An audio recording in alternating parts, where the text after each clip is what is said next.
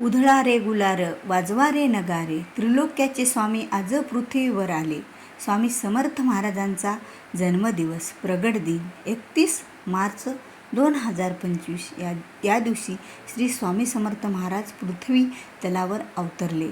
पहिल्या प्रथम ते विजयसिंग नावाच्या भक्तासोबत गोट्या खेळत होते आणि त्यापासून श्री स्वामी समर्थ महाराज हे आपल्या भक्तांचे दुःख दूर करत आले. आत्तापर्यंतसुद्धा अनेक भक्तांना अनुभव आहे की स्वामी समर्थ महाराज आपल्या इच्छा पूर्ण कशा करतात, आपल्या भक्तांची हाक बरं ते किती ऐकतात आणि आपल्या सर्व संकटांचा तो नाश करतात. आणि स्वामी समर्थ महाराज हे कृपा सिंधू होऊन आपल्या भक्तावर कृपा करत असतात. आपल्या सेवेकऱ्यांसाठी स्वामी समर्थ महाराज एक सेवेकरी बनतात. कारण बघा, आपण स्वामी समर्थ महाराजांचे सेवेकरी, पण ज्या वेळेला आपल्या इच्छा पूर्ण होण्यासाठी, आपलं अडलेले काम होण्यासाठी त्यांच्याकडे जातो, त्यावेळेला स्वामी समर्थ महाराज हे सेवेकरी होऊनच आपली मदत करतात. बघा, बरेच आपल्या कामात अडथळे असतात, ते अडथळे दूर स्वामी समर्थ महाराज करत असतात. एकदा का स्वामीने आपला हात जर पकडला तर स्वामी समर्थ महाराज तो हात आपला कधीही सोडत नाही. पण गरज असते ती आपल्याला स्वामीच्या सेवेची, स्वामीच्या भक्तीची आणि स्वामीवरच्या विश्वासाची. म्हणून स्वामी समर्थ सेवेकऱ्यांनो, स्वामी जयंतीच्या दिवशी, स्वामी प्रगट दिनाच्या दिवशी तुम्ही तुमची इच्छा पूर्ण होण्यासाठी श्री स्वामी समर्थ महाराजांना हा एक नवस बोला. स्वामी कृपा करतील, स्वामी दयाळू आहेत, स्वामी आपल्या भक्तांची हाक लवकर ऐकतात आणि स्वामी आपल्या भक्तावर खूप अशी कृपा करत असतात. मग स्वामींचा जन्मदिवस, स्वामींचा प्रगट दिन, या दिवशी दत्त महाराजांच्या लहरी, स्वामी महाराजांच्या लहरी पृथ्वी तलावर हजारो पटीने उतरलेले असतात. मग या दिवशी जर आपण एखादा नवस स्वामींना बोलला तर तो नवसाचं फळ आपल्याला भरपूर प्रमाणात मिळत असतं आणि स्वामींची कृपा आपल्यावर आयुष्यभर राहत असते.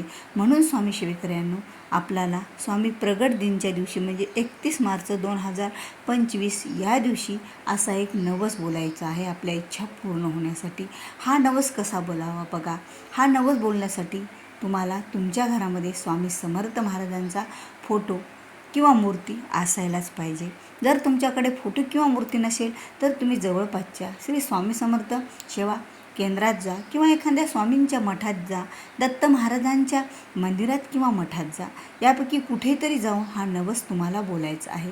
बघा, ज्या देवी देवतांना तुम्हाला नवस बोलायचा असतो त्या देवी देवतांचा फोटो किंवा मूर्ती ही आपल्यासमोर असायला पाहिजे. कारण त्यांच्याकडे बघून त्यांनाच तर हा आपल्याला नवस बोलायचा असतो. मूर्ती आणि फोटो हे आपल्यासाठी आहे असं आपल्याला वाटतं, पण मूर्ती आणि फोटोमध्ये साक्षात ब्रह्मांड नायक बसलेले असतात आणि ते आपले शब्द ऐकत असतात.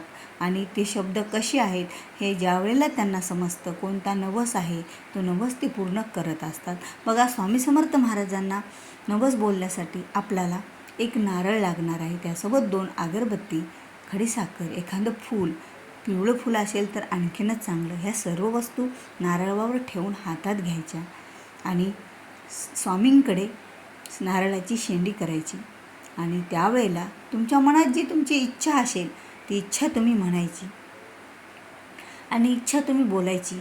पण यावेळेला तुमच्या हातात नारळ येताना तुमच्या हातात ह्या सर्व वस्तू असतात. ज्यावेळी तुम्ही स्वामी समर्थ महाराजांना बोलत आहोत, साक्षात ब्रह्मांड नायक अशी तुमचा संवाद होत आहे, ही भान आपल्याला ठेवायचं आहे.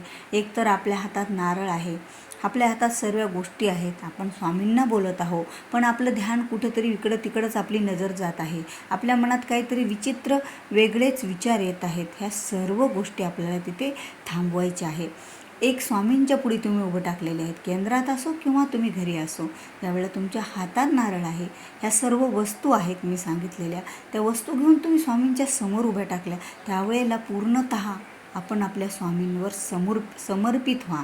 म्हणजे स्वामींकडेच आपलं मन आणि ध्यानसुद्धा लागलं पाहिजे, आपलं चित्त स्वामींच्या चरणाकडेच राहिलं पाहिजे.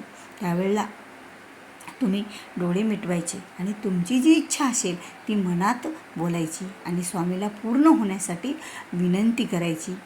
आणि नंतर तो नारळ, ती खडीसाखर, हे सर्व काही गोष्टी तुम्ही स्वामी समर्थ महाराजांच्या उजव्या हाताच्या बाजूला ठेवायच्या आणि स्वामी महाराजांना तुम्ही तिथे मुजरा करायचा आणि स्वामी समर्थ महाराजांचा मुजरा झाल्याच्या नंतर स्वामी समर्थ महाराजांच्या तिथे बसून आपल्याला 11 माळा जप करायचा. बघा, तुम्ही घरी असाल तर घरी आसनावर बसा, 11 माळी जप करा. आणि स्वामी समर्थ महाराजांना यावेळेला तुम्ही कोणती इच्छा पूर्ण होण्यासाठी नारळ ठेवल्या, सर्व केल्या, पण त्याचबरोबर तुम्हाला एखादी तरी सेवा स्वामी समर्थ महाराजांची दररोज करावीच लागेल. कारण हा नवस पूर्ण करायचा आहे, तुम्हाला इच्छा पूर्ण करायची आहे. कारण महाराजांना तुमच्याकडून कुठल्याही पैशाचा किंवा एखादी जगातली अनमोल वस्तूसुद्धा दिली ना, तीही स्वामी समर्थ महाराज आपल्याकडून स्वीकारत नाहीत. पण स्वामीची सेवा, स्वामीची भक्ती ही तर आपल्याला करावीच लागणार आहे. तेच स्वामी समर्थ महाराजांना जास्त आवडत असतं. म्हणून त्या दिवशीपासून तुम्ही एखादी सेवा सुरू करा. अद्याप तुम्ही 3 अध्याय 11 माळी जर करत नसाल तर ती सेवा सुरू करा. त्यानंतर तुम्ही स्वामी समर्थ महाराजांचं 7 दिवसाचं श्री स्वामी चरित्र पारायणाची सेवासुद्धा करू शकता. म्हणजे 7 दिवस तुम्ही स्वामी चरित्र वाचन करा. म्हणजे एका दिवशी 1 ते 21 अध्याय, म्हणजे 7 दिवसात पूर्ण श्री स्वामी चरित्र सारामृत वाचन, किंवा एखादं गुरुचरित्राचं एक पारायण करा. 7 दिवसामध्ये गुरुचरित्र वाचन करा, किंवा तुम्ही दररोज आरतीची सेवा रुजू करा. अशी कुठली तरी एक स्वामींना आवडणारी सेवा तुम्हाला आपली इच्छा पूर्ण होण्यासाठी करावीच लागत असते. कारण बघा, तुम्ही स्वामींना नवस करत आहात, तुम्ही इच्छा पूर्ण होण्यासाठी स्वामीकडून मदत मागत आहात. पण विचार करा, तुमची जी इच्छा आहे त्यामध्ये ते तुमच्या नशिबात ती इच्छा नसेलसुद्धा पूर्ण होण्याची. आणि तुमचं प्रारब्धानं काय लिहून ठेवलेलं आहे, प्रारब्धात तुमच्या काय वाढून ठेवलेलं आहे, काय होतं, त्यामुळे तुमची इच्छा पूर्ण होत नाही. ते प्रारब्ध कुठेतरी त्याच्या वाईट गोष्टी तुम्हाला कमी कराव्या लागतात. आणि त्या वाईट गोष्टी केव्हा कमी होतील, ज्यावेळेला तुम्ही सेवा करसाल तेव्हा कमी होसाल. त्यामुळे कुठली तरी एखादी सेवा आपल्याला या नवसासोबत करायची आहे. आणि ज्या वेळेला तुम्ही असा नवस बोलून एखादी सेवा करसाल, त्यावेळेला स्वामी समर्थ महाराज हे तुमच्यावर कृपेचा वर्षाव करतील. कारण स्वामी समर्थ महाराज हे कृपासिंधू आहेत. ते आपल्या भक्ताला कधीच दुःखात पाहू शकत नाहीत, कधीच ते आपल्या भक्तांना परेशान झालेलं पाहू शकत नाहीत. ते नक्कीच त्यातून काहीतरी तोडगा काढतील आणि आपल्या सर्व इच्छा ते पूर्ण करतील. आणि एकदा का स्वामी समर्थ महाराजांनी आपला हात पकडला ना, तर स्वामी समर्थ महाराज आपला हात हा सोडत नाही. आणि आपल्या सर्व ज्या काही दुःख सुख असेल हे सर्व काही स्वामींचं असतं. फक्त गरज असते की आपल्याला भक्ती करण्याची, सेवा करण्याची, स्वामीवरचा विश्वास हा दृढ ठेवायची. त्यावेळेला स्वामी समर्थ महाराज तुम्हाला मागाल ते देतात. आणि स्वामी समर्थ महाराज त्यांचा आशीर्वाद जर आपल्या पाठीशी असेल तर अशी कुठलीच गोष्ट नाही की ती शक्य नाही. म्हणून अशक्य हे शक्य करतील स्वामी. म्हणून स्वामी भक्तांनो, तुम्हाला असा एक नवस स्वामी प्रगट दिनाच्या दिवशी बोला, किंवा तुम्ही कधीही तुम्हाला जेव्हा वेळ असेल, जेव्हा तुम्हाला गरज पडेल, त्या वेळेलासुद्धा तुम्ही तुमची इच्छा पूर्ण होण्यासाठी असाच नवस बोलू शकता. आणि हा नवस जर तुम्ही गुरुवारी बोलत असाल तर आणखीनच चांगला राहील. कारण गुरुवार हा आपल्या स्वामींचा वार, स्वामींचा दिवस. तसा तर देवांसाठी सगळेच वार चांगले असतात, पण आपली भक्ती गुरुवारच्या दिवशी, गुरुवार म्हणजे आपल्या गुरुचा वार, त्या दिवशी जास्त स्वामींच्या चरणाशी, स्वामीच्या भक्तीत जडलेली असते.